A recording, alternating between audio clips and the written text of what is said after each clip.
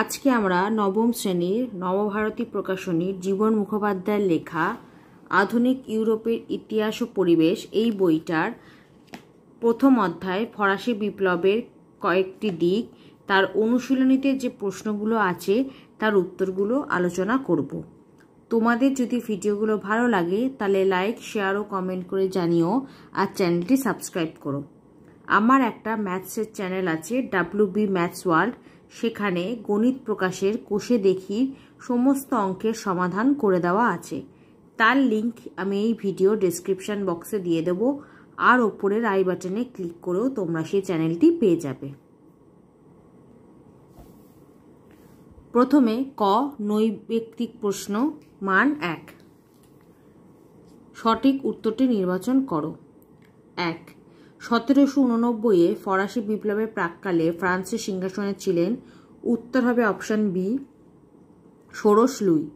2, letter the ক্যাসে হলো, উত্তর হবে অপশন বি, গ্রেপ্তারি পরোয়ানা।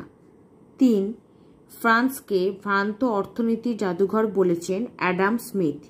4, বিপ্লবের প্রাক্কালে ফ্রান্সে প্রচলিত আয়করকে বলা হতো, উত্তর হবে অপশানে ভিংটিয়েমে। 5, কাকে ঐশ্বর্যের ইন্দ্রপুরী বলা হতো, উত্তর হবে অপশন সি, ভার্সাইয়ের রাজপ্রাসাদ। 6, রোবোস্পিয়ার ছিলেন একজন, উত্তর হবে অপশানে জ্যাকোবিন নেতা।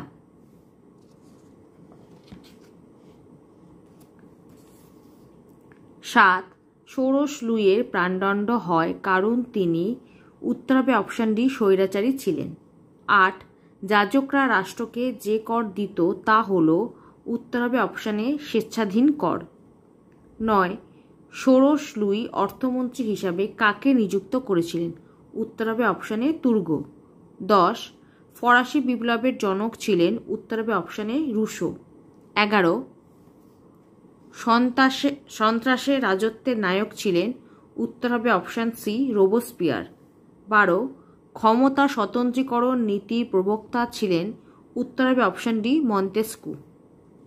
তারপর শূন্যস্থান পূরণ করো। 1, প্রজাপতি রাজা বলা হতো ড্যাশকে, উত্তর হবে পঞ্চদশ লুইকে। 2, ড্যাশ খ্রিস্টাব্দে ফ্রান্সের নানা স্থানে রুটির দাঙ্গা শুরু হয়, উত্তর হবে 1788 খ্রিস্টাব্দে। 3, দি স্পিরিট অব লজ গ্রন্থটির রচয়িতা ড্যাশ, উত্তর হবে মন্তেস্কু। 4, ফিলোজফিক্যাল লেটার্স গ্রন্থের রচয়িতা ড্যাশ, উত্তর হবে ভলতেয়ার। 5, ড্যাশ খ্রিস্টাব্দে বাস্তিলের পতন হয়, উত্তর হবে 1789 খ্রিস্টাব্দে। 6, রাজা ষোড়শ লুইয়ের প্রাণদণ্ড দেওয়া হয় ড্যাশ খ্রিস্টাব্দে, উত্তর হবে 1793 খ্রিস্টাব্দে। 7, স্টেট জেনারেলের অধিবেশন ডাকা হয়নি ড্যাশ বছর, উত্তর হবে 175 বছর। 8, ড্যাশ ছিল উৎপাদন ভিত্তিক আয়কর, উত্তর হবে ক্যাপিটেশন। 9, ওশিয়া রেজিমের অর্থ হল ড্যাশ সমাজ, উত্তর হবে পূর্বতন সমাজ। 10, টিপু সুলতান ছিলেন ড্যাশ ক্লাবের সদস্য, উত্তর হবে জ্যাকোবিন। 11, জ্যাকোবিন দলের একজন উল্লেখযোগ্য নেত্রী ছিলেন, উত্তর হবে মাদাম। 12, ড্যাশ খ্রিস্টাব্দে ফ্রান্সে প্রজাতন্ত্র ঘোষিত হয়, উত্তর হবে 1792 খ্রিস্টাব্দে। তারপর সত্য মিথ্যা নির্ণয় করো। 1, চতুর্দশ লুইয়ের আমলে ভার্সাইয়ের রাজপ্রাসাদ ছিল ঐশ্বর্যের ইন্দ্রপুরী, এটা সত্য। 2, কুইসনে ছিলেন অবাধ বাণিজ্য নীতির বিরোধী, এটা মিথ্যা। 3, সালো সংস্কৃতি ফরাসি বিপ্লব বিরোধী ছিল, এটাও মিথ্যা।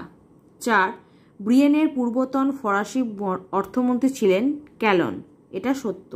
5, ফ্রান্সে ব্রেটন ক্লাবের অনুকরণে গড়ে ওঠে জ্যাকোবিন ক্লাব, এটা মিথ্যা। 6, ফরাসি রাজপ্রাসাদের নাম ছিল বাস্তিল, এটা মিথ্যা। 7, ফরাসি রাজা ষোড়শ লুই প্রজাপতি রাজা নামে পরিচিত ছিলেন, এটাও মিথ্যা। 8, রোবোস্পিয়ার ছিলেন জ্যাকোবিন দলের বিশিষ্ট নেতা, এটা সত্য। 9, টিপু সুলতান জ্যাকোবিন ক্লাবের সদস্য ছিলেন, এটাও সত্য। 10, আইনের মর্ম গ্রন্থটির লেখক ভলতেয়ার, এটা মিথ্যা। তারপর বাম দিকের সঙ্গে ডান দিকের স্তম্ভ মেলাও। 1, ভলতেয়ার, এটা হবে অপশন সি, রাজনৈতিক কারাগার। 2, সেপ্টেম্বর হত্যাকাণ্ড, এটা হবে অপশন ডি, যা পল মারা। 3, স্বাধীনতার বৃক্ষ, এটা হবে অপশন ই টিপু সুলতান। 4 প্রজাপতি রাজা, এটা হবে অপশন বি পঞ্চদশ লুই। 5 অ্যাডাম স্মিথ, এটা হবে অপশন এ ভ্রান্ত অর্থনীতি জাদুঘর। তারপর অতি সংক্ষিপ্ত প্রশ্ন, মান 1। প্রশ্ন 1, ফ্রান্সের কোন রাজাকে প্রজাপতি রাজা বলা হতো? উত্তর হবে পঞ্চদশ লুই। 2 জনসাধারণ কাদের অর্থলোলুপ নেকড়ে বলতো? উত্তর হবে ইন্টেন্ডেন্ট নামক কর্মচারীদের। 3 গ্যাবেল কি? উত্তর হবে গ্যাবেল হচ্ছে লবণ কর। 4 টাইথ কি? টাইথ হচ্ছে ধর্মকর। 5 বাস্তিলের পতন কবে হয়? উত্তর হবে 14 জুলাই 1789 খ্রিস্টাব্দে। 6 ফরাসি সামাজিক কাঠামোয় প্রথম সম্প্রদায়ে কারা ছিলেন? উত্তর হবে যাজকরা। 7 দি স্পিরিট অফ লজ গ্রন্থের লেখক কে? উত্তর হবে মন্তেস্কু। 8 ফরাসি জাতীয় সভার নাম কি ছিল? উত্তর হবে স্টেট জেনারেল। 9 ব্রান্সউইক ঘোষণাপত্র কবে জারি হয়? উত্তর হবে 28 জুলাই 1792 খ্রিস্টাব্দে। 10 মানুষ ও নাগরিকের অধিকার ঘোষণাপত্র কবে প্রকাশিত হয়? উত্তর হবে 26 আগস্ট 1789 খ্রিস্টাব্দে। 11 সেপ্টেম্বর হত্যাকাণ্ড কবে সংঘটিত হয়? উত্তর হবে 2রা থেকে 7ই সেপ্টেম্বর 1789 খ্রিস্টাব্দে। 12 সেপ্টেম্বর হত্যাকাণ্ডের নায়ক কে ছিলেন? উত্তর হবে জা পল মারা। 13 বিপ্লবের পূর্বে ফ্রান্সে কোন রাজবংশ রাজত্ব করত? উত্তর হবে বুর্ব। 14 নিম্ন রাজকরা কোন সম্প্রদায়ের অন্তর্ভুক্ত ছিল? উত্তর হবে প্রথম। 15 কোন অভিযোগের ভিত্তিতে ষোড়শ লুইকে গিলোটিনে প্রাণ হারাতে হয়েছিল? উত্তর হবে স্বৈরাচারিতার ভিত্তিতে। স্বৈরাচারিতার অভিযোগের ভিত্তিতে ষোড়শ লুইকে গিলোটিনে প্রাণ হারাতে হয়েছিল। 16 কত খ্রিস্টাব্দে ডাইরেক্টরি শাসন প্রবর্তিত হয়? উত্তর হবে 1795 খ্রিস্টাব্দে। 17 রাষ্ট্রকে বাঁচাতে হলে রাজাকে মরতে হবে, উক্তিটি কার? উক্তিটি হচ্ছে রোবসপিয়ারের। 18 নারীদের অধিকারের ঘোষণাপত্র কে প্রকাশ করেছিলেন? উত্তর হবে অলিম্পো দা গুজ। 19 ফ্রান্সের বিরুদ্ধে প্রথম শক্তিজোট কবে গড়ে ওঠে? উত্তর হবে 1793 খ্রিস্টাব্দে। 20 দ্য সিটিজেন গ্রন্থের রচয়িতা কে? উত্তর হবে সাইমন স্যামা। তারপর গ সংক্ষিপ্ত উত্তরধর্মী প্রশ্ন 2-3টি বাক্যে, মান 2। প্রশ্ন 1 অস্ট্রিয়া রেজিম কি? 15 নম্বর পাতায় এর উত্তর আমরা লিখব এখান থেকে এতটা, এখান থেকে এতটা। প্রশ্ন 2 ইন্টেন্ডেন্ট কি? 15 নম্বর পাতায় এর উত্তরটা আমরা লিখব এখান থেকে এতটা, এখান থেকে এতটা। প্রশ্ন 3 লেটার দা ক্যাসে কি? 15 নম্বর পাতায় এর উত্তরটা আমরা লিখব এখান থেকে এতটা, এখান থেকে এতটা। প্রশ্ন 4 দি স্পিরিট অফ লজ বিখ্যাত কেন? 19 নম্বর পাতায় এটা আমরা লিখব এখান থেকে এত অবধি। ফ্রান্সে ব্যক্তি স্বাধীনতার কোনো অস্তিত্ব ছিল না, এখান থেকে শুরু করে সম্পূর্ণ পৃথকীকরণের দাবি জানান, এখান থেকে এতটা। প্রশ্ন 5 সামাজিক চুক্তি মতবাদ কি? 19 নম্বর পাতায় এর উত্তর হবে এখান থেকে এতটা।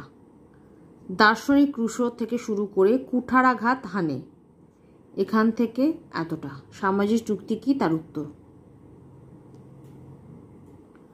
প্রশ্ন 6 ফিজিওক্র্যাটদের মতবাদ কি? 19 নম্বর পাতায় এটা আমরা লিখব এখান থেকে শুরু করব, এই যুগের জায়গায় লিখব ফরাসি বিপ্লবের পূর্বে যুগে, ফরাসি বিপ্লব পূর্ব যুগে। এই এর জায়গায় লিখব ফরাসি বিপ্লব পূর্ব, ফরাসি বিপ্লব পূর্ব যুগে এখান থেকে শুরু করে এত অবধি লিখব। তারপর 20 নম্বর পাতায় এটা লিখে দেব এত অবধি। তার মানে উত্তরটা হবে আমাদের 19 নম্বর পাতা এখান থেকে শুরু করে 20 নম্বর পাতার এত অবধি লিখে দেব। আর এই যুগের জায়গায় আমরা লিখব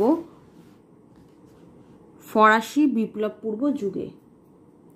এর জায়গায় লিখব ফরাসি বিপ্লব পূর্ব।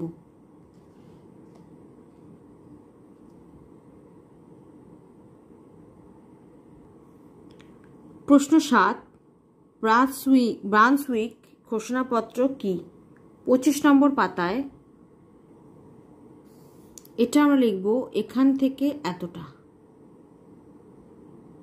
ব্রান্সউইক ঘোষণাপত্র কি সেটা আমরা লিখব এখান থেকে এতটা। রাশিয়ার সেনাবাহিনীর প্রধান থেকে শুরু করব, রাজ পরিবারের যোগাযোগ আছে এত অবধি, এখান থেকে এতটা। প্রশ্ন 8, টিপু সুলতানের সঙ্গে জ্যাকোবিনদের কি সম্পর্ক? 28 নম্বর পাতায় একদম প্রথমে দেখো দেওয়া আছে টিপু সুলতান ও জ্যাকোবিন ক্লাব। আমরা এখান থেকে উত্তরটা লিখব এখান থেকে এতটা। 1789 খ্রিস্টাব্দে থেকে শুরু করে জ্যাকোবিন ক্লাব গঠন করেন, এখান থেকে এতটা।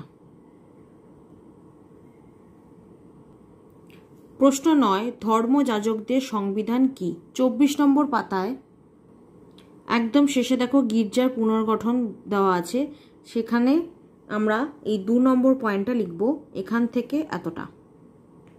এখান থেকে এতটা। সিভিল কনস্টিটিউশন থেকে শুরু করে বিক্ষুব্ধ যাজক রূপে, এখান থেকে এতটা। প্রশ্ন 10, সাতকুল্লাত কি? 29 নম্বর পাতায় এই যে সাতকুল্লাত বলে যে প্যারাটা দেওয়া আছে সেখান থেকে লিখব এখান থেকে এতটা। শহরের দরিদ্র মানুষদের থেকে শুরু করে জ্যাকোবিন ক্লাবের প্রধান শক্তি এত অবধি, এখান থেকে এতটা।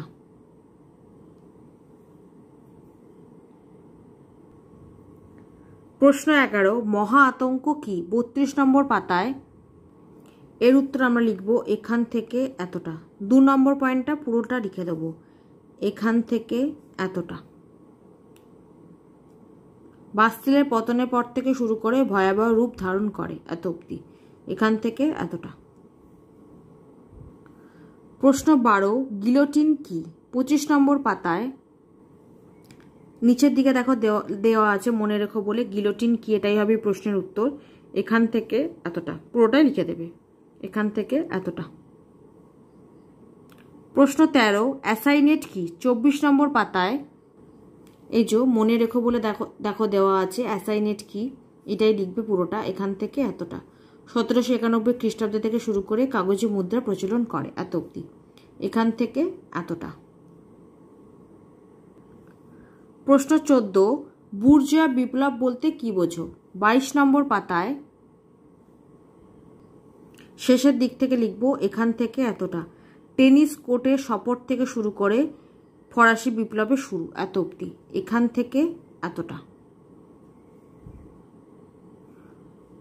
প্রশ্ন 15, রাজনৈতিক কারাগার বলতে কি বোঝো? 15 নম্বর পাতায় এটা আমরা লিখব এখান থেকে এতটা।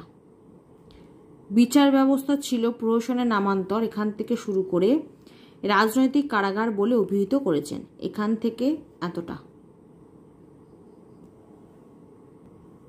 প্রশ্ন 16, ফরাসি বিপ্লবের মূল আদর্শ কি ছিল?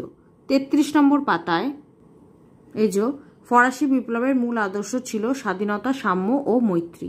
তাহলে ফরাসি বিপ্লবের মূল আদর্শ ছিল স্বাধীনতা, সাম্য ও মৈত্রী।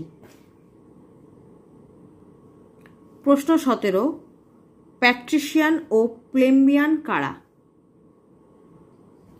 প্যাট্রিশিয়ান ফরাসি বিপ্লবের আগে ভূস্বামী ও অভিজাতরা যারা উচ্চ পর্যায়ে অধিষ্ঠিত ছিল তাদেরকে বলা হতো প্যাট্রিশিয়ান। প্লেম্বিয়ান ফরাসি বিপ্লবের আগে বণিক, কারিগর এছাড়াও যারা ছোট ছোট পদে অধিষ্ঠিত ছিল তাদেরকে বলা হতো প্লেম্বিয়ান।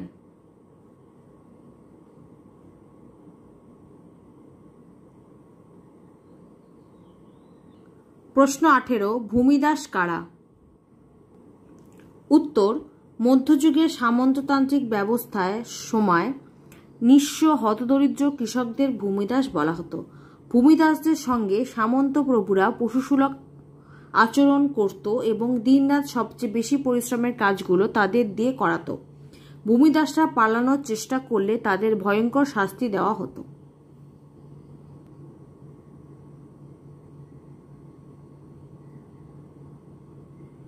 প্রশ্ন 19, সংবিধান সভা গঠনে কারা সক্রিয় ভূমিকা নেয়?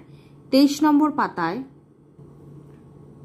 সংবিধান সভা গঠনে মুনিয়ের, বার্নাবো, লাফায়েত, মিরাবো, তালেরা প্রমুখ নেতৃবৃন্দ সক্রিয় ভূমিকা গ্রহণ করেছিলেন। এই 5টা নাম লিখে দেবে। মুনিয়ের, বার্নাবো, লাফায়েত, মিরাবো, তালেরা প্রমুখ নেতৃবৃন্দ। প্রশ্ন 20, অভিজাত বিপ্লব কেন হয়েছিল?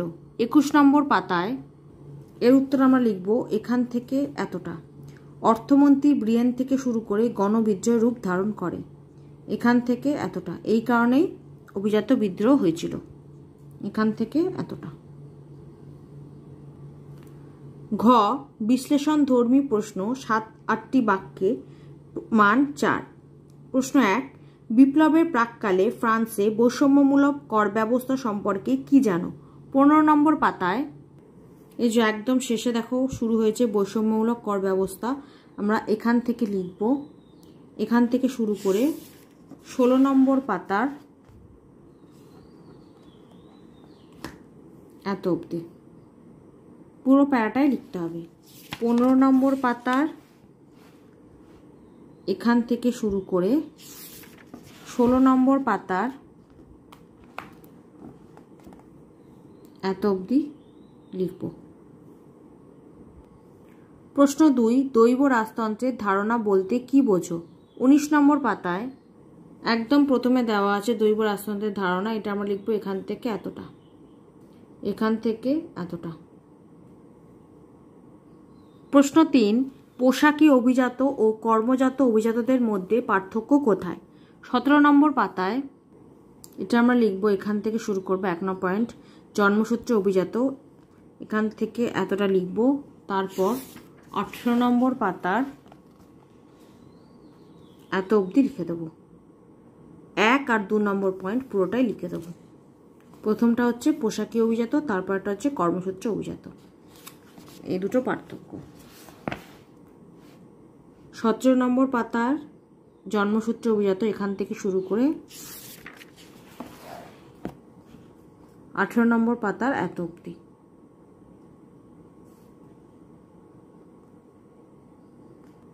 প্রশ্ন 4, ব্যক্তি ও নাগরিকের অধিকারের ঘোষণাপত্র কি?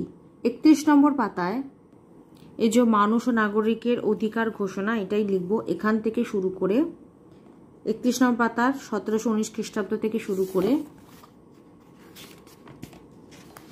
32 নম্বর পাতার এত অবধি লিখে দেবো। 4টে পয়েন্ট আছে, 4টে পয়েন্টই লিখব।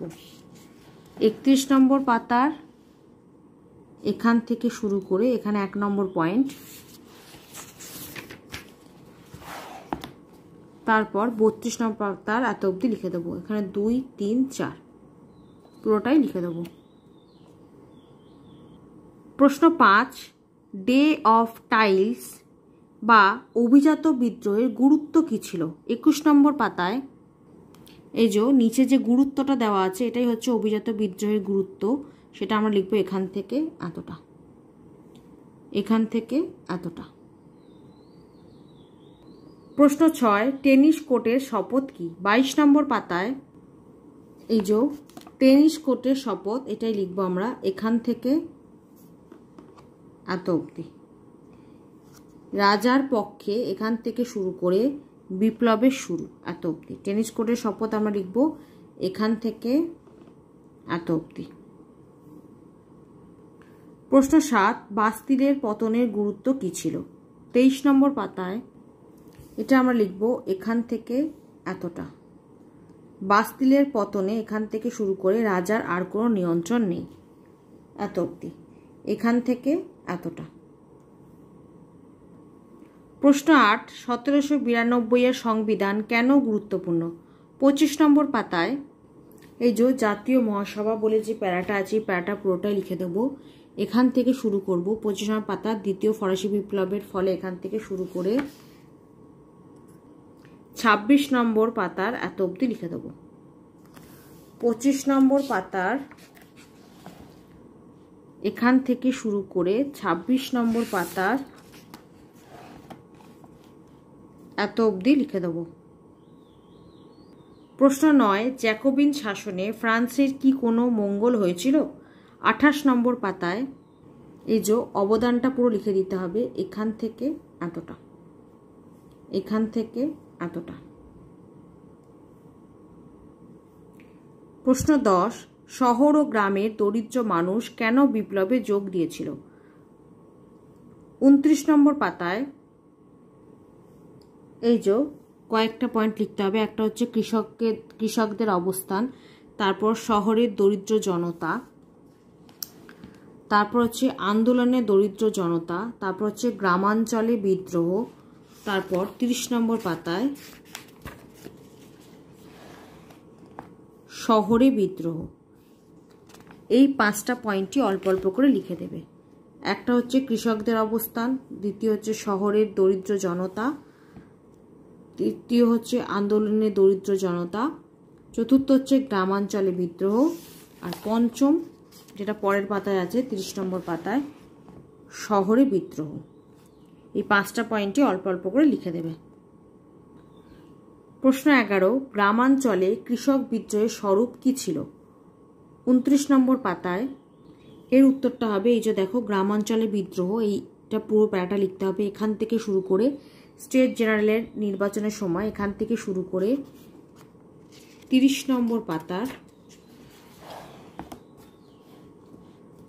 এত অবধি লিখে দেবে, একরকম অবলুপ্ত হয়ে যায় এত অবধি। 29 নম্বর পাতার স্টেট জেনারেলের নির্বাচনের সময় থেকে শুরু করে 30 নম্বর পাতার একরকম অবলুপ্ত হয়ে যায় এত অবধি লিখে দেবে। প্রশ্ন 12, ফরাসি বিপ্লবে মেয়েদের অংশগ্রহণ কেমন ছিল? 31 নম্বর পাতায় এই যে ফরাসি বিপ্লব ও নারী, এই পুরো প্যারাটা লিখতে হবে। এখান থেকে শুরু করে এত অবধি লিখে দেবে। ফরাসি বিপ্লবে মহিলাদের অংশগ্রহণ খুবই উল্লেখযোগ্য, এখান থেকে শুরু করে মাদাম রোল্যান্ড, পাউলিন লিও প্রমুখ এত অবধি লিখে দেবে। মানে ফরাসি বিপ্লব ও নারী, এই পুরো প্যারাটাই লিখে দেবে। প্রশ্ন 13, ফরাসি বিপ্লবে গুজবের ভূমিকা উল্লেখ করো। 32 নম্বর পাতায় এই যে জনচেতনায় গুজবের প্রভাব, এই পুরো প্যারাটা লিখতে হবে। এখান থেকে শুরু করে একদম শেষ অবধি এত অবধি লিখে দেবে। এখানে 3টে পয়েন্ট আছে, 3টে পয়েন্টই লিখবে। এই যে 1, 2 আর নিচে আছে 3 নম্বর, পুরো প্যারাটাই লিখবে এখান থেকে এত অবধি। প্রশ্ন 14, বিপ্লব পূর্ববর্তী ফ্রান্সকে রাজনৈতিক কারাগার বলা হয় কেন? 15 নম্বর পাতায় এর উত্তর আমরা লিখবো এই যে দুর্নীতিগ্রস্ত প্রশাসন, এই পুরো প্যারাটাই লিখতে হবে। এখান থেকে এতটা, এখান থেকে এতটা।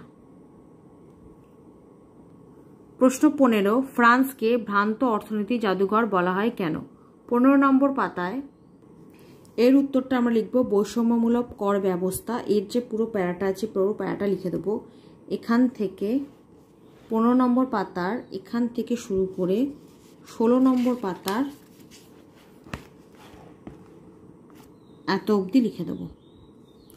15 নম্বর পাতার ফরাসি সমাজ অধিকার ভোগী, এখান থেকে শুরু করে 16 নম্বর পাতার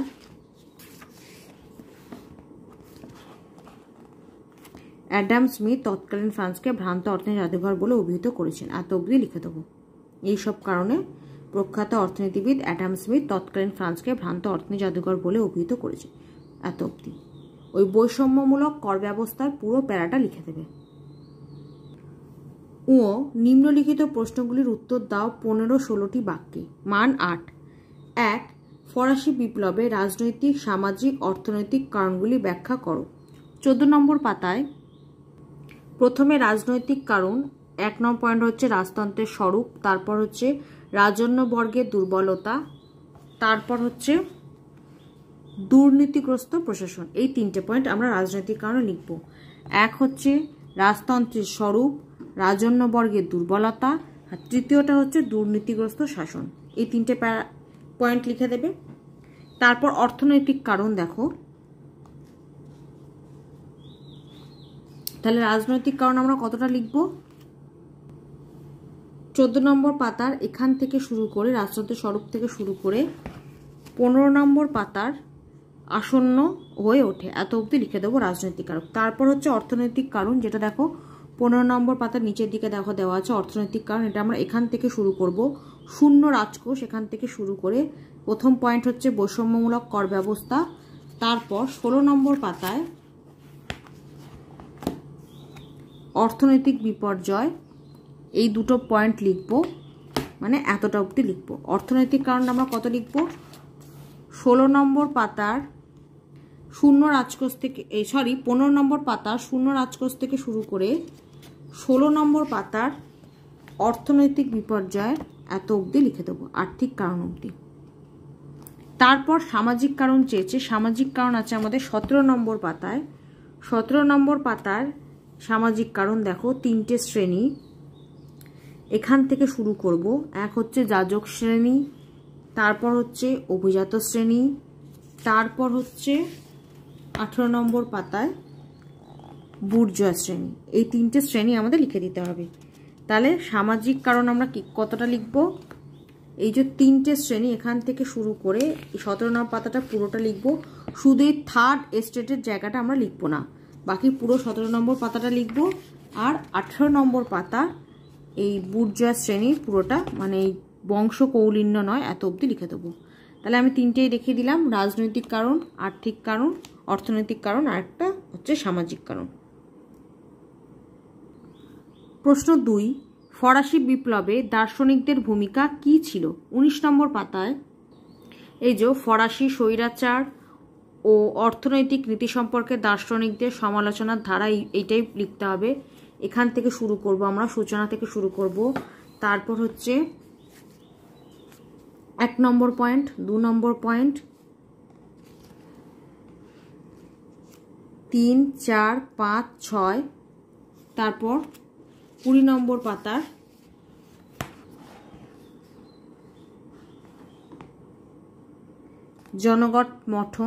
জনমত গঠন থেকে এত অবধি।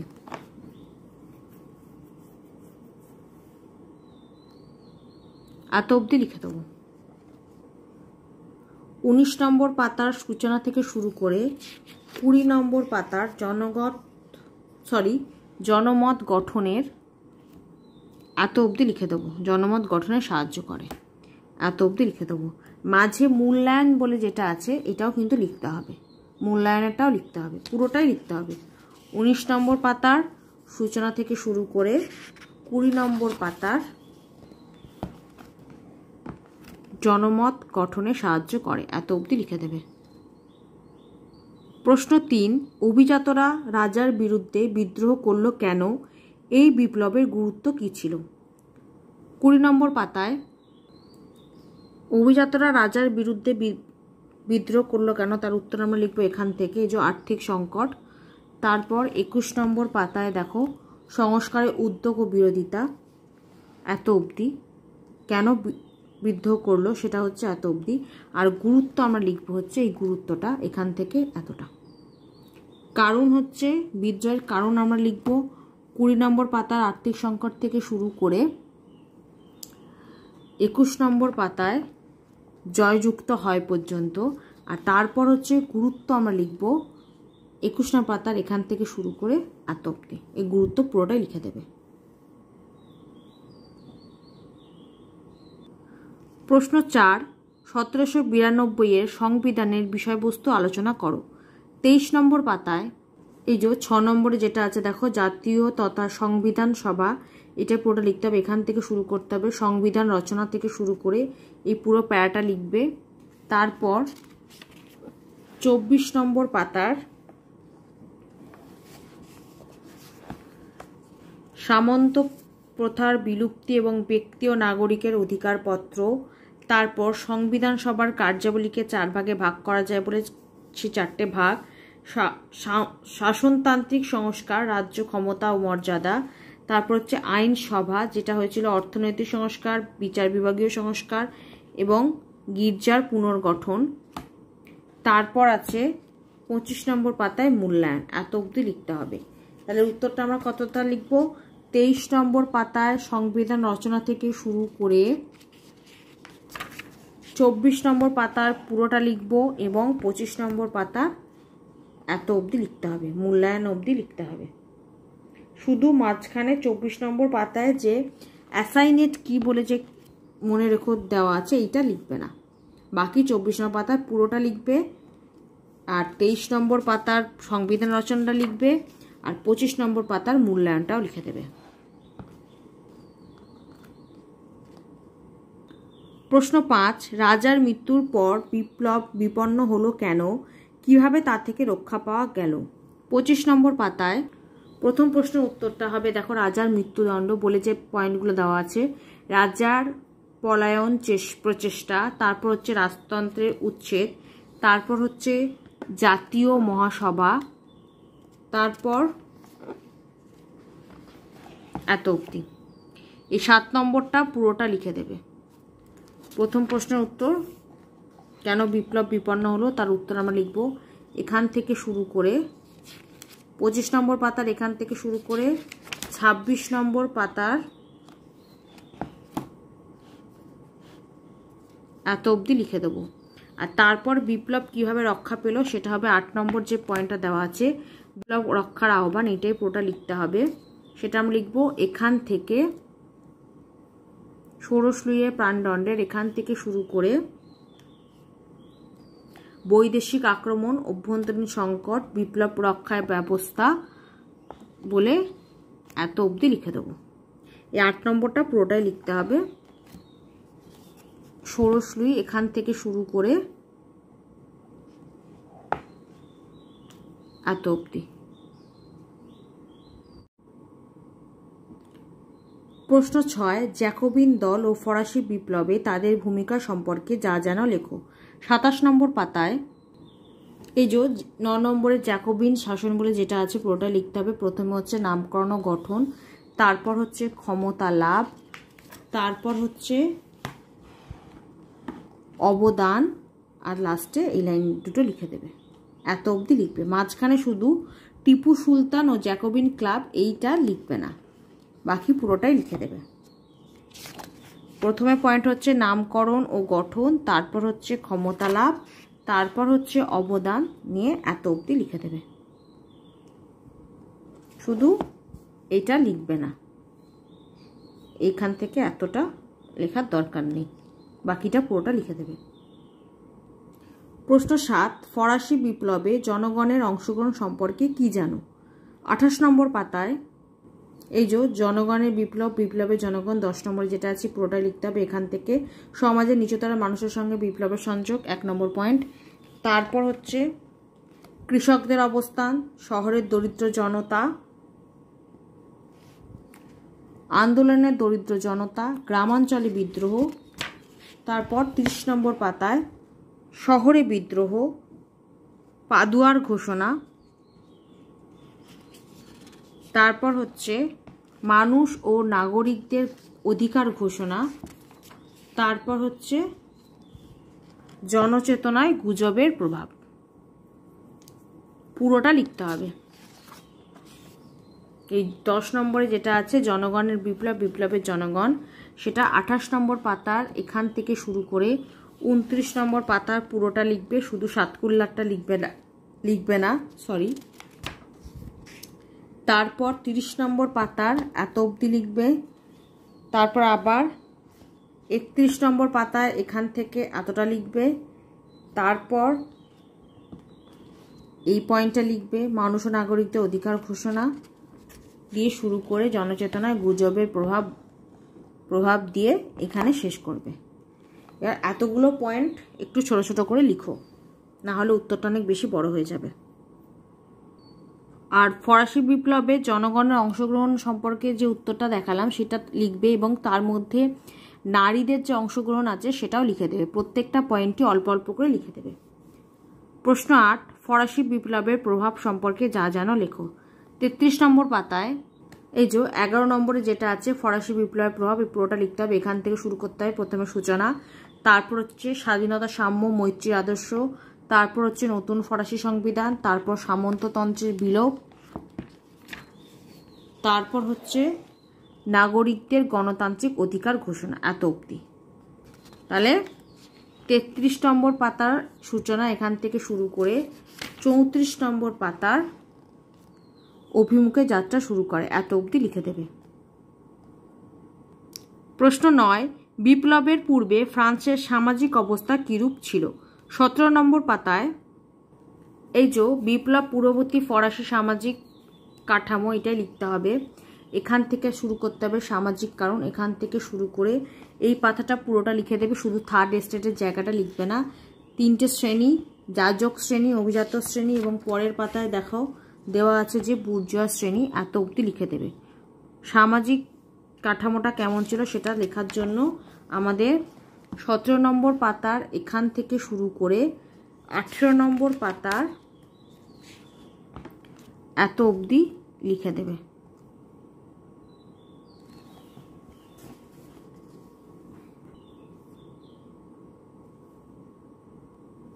প্রশ্ন 10, সন্ত্রাসের রাজত্ব বলতে কি বোঝো? সন্ত্রাসের সংগঠন সম্পর্কে লেখো। 27 নম্বর পাতায় প্রথমে বলেছে সন্ত্রাসের রাজত্ব, সেটা আমরা লিখবো এখান থেকে এতটা, এখান থেকে এতটা, সন্ত্রাসের শাসন পুরোটা লিখে দেবো। তারপর তার সংগঠন, সেটা আমরা লিখব এই যে নামকরণ গঠন, এখান থেকে এতটা।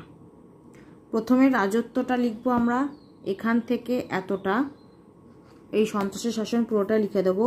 তারপর সংগঠন লিখবো এই নামকরণ গঠনের পুরো প্যারাটা, এখান থেকে এতটা।